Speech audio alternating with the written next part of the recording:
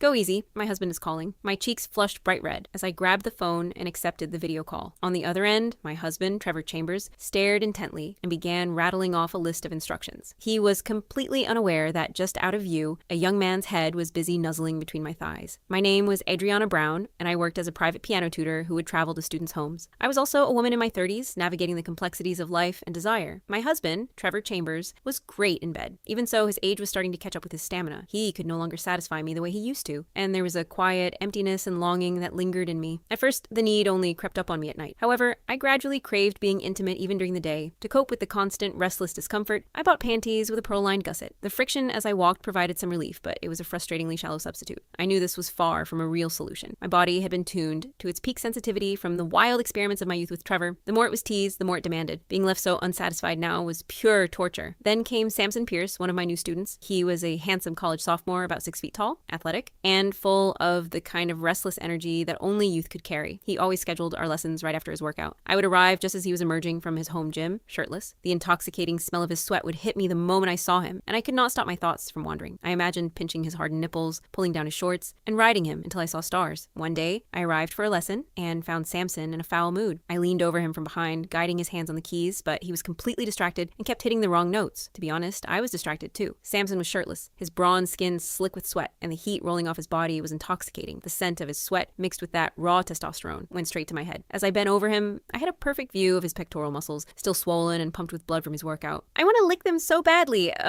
Just as the thought popped into my head, a loud bang snapped me out of it. Samson suddenly slammed his hands down on the keys with a jarring chord and stood up abruptly. Not only did I jump in surprise, but his solid back muscles also slammed right into my chest. It did not hurt, though. Instead, a thrilling electric tingle shot through me. My mind was racing with desire, but I still managed to sound concerned. "What's wrong? Are you feeling unwell?" "Nothing. I just got dumped, and I'm not in the right headspace," he said, his tone surprisingly polite despite his anger. He added, "Ms. Brown, why don't you take a break? I'm going to go back to the gym and hit the heavy bag for a bit to cool off. We can continue the lesson when I've calmed down. I'll pay you double for the extra time." Of course, I agreed. After he went back into the gym, I sat down in the seat he had been sitting in. Just thinking about our brief, accidental physical contact made my body heat up again. I wondered what his ex-girlfriend was thinking of letting go of such a handsome man like him. My mind drifted to the noticeable bulge in his shorts I had glimpsed earlier. It looked so big, definitely a size that could satisfy me. I soon grew restless. Since no one else was in the mansion, I began to slowly rub my thighs together under the grand piano. However, that was just a temporary solution, barely taking the edge off. I pulled out my phone and texted Trevor. "Honey, I want you." Trevor replied almost instantly. "Honey, you're getting turned on during a tutoring session?" I sent a reply.